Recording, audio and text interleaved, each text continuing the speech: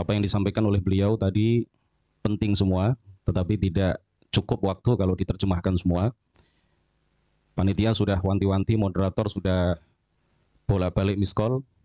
Oleh karena itu, akan saya bacakan ikhtisar dari apa yang beliau sampaikan. Yang pertama, beliau menyampaikan terkait dengan definisi Ahlus Sunnati wal Jamaah. Ada 3 riwayat hadis yang disampaikan oleh baginda Rasulullah Shallallahu Alaihi Wasallam. Siapakah golongan yang selamat? Dalam riwayat yang pertama disampaikan oleh baginda Rasulullah Shallallahu Alaihi Wasallam, golongan yang selamat di antara sekian golongan adalah al-jamaah. Dalam riwayat yang lain, beliau bersabda di dalam salah satu riwayat as-sawadul a'zam, dan dalam riwayat yang lain golongan yang selamat itu adalah ma ana alaihi wa ashabi. Al-jamaah dan as-sawadul a'zam artinya sama, yaitu mayoritas umat. Sedangkan ma ana alaihi wa ashabi artinya adalah golongan yang selamat itu adalah mereka yang berpegang teguh dengan ajaranku dan ajaran para sahabatku.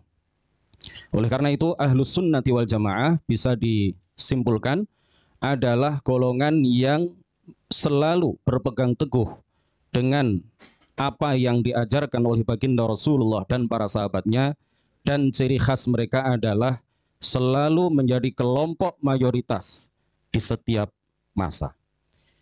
Kemudian beliau menyampaikan mengenai awal mula munculnya kelompok-kelompok yang syadzu an jama'atil muslimin, kelompok-kelompok yang melenceng dan menyimpang dari mayoritas umat. Beliau tadi menyampaikan beberapa golongan, beberapa kelompok. Kemudian Allah Subhanahu wa taala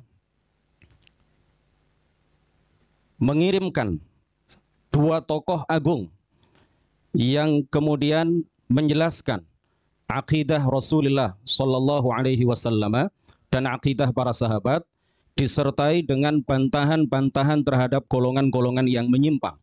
2 imam yang agung itu adalah Al-Imam Abul Hasanil Asy'ari dan Al-Imam Abu Mansur Al-Maturidi. Setelah kedua imam ini tampil untuk memperjuangkan akidah Rasulullah dan para sahabatnya, hampir bisa dipastikan sebagian besar ulama setelah kemunculan 2 tokoh yang agung ini, kalau tidak mengikuti Al-Imam Abul Hasanil Asy'ari, madhab beliau, madhab secara akidah, kalau tidak mengikuti beliau, pasti mengikuti Al-Imam Abu Mansur Al-Maturidi.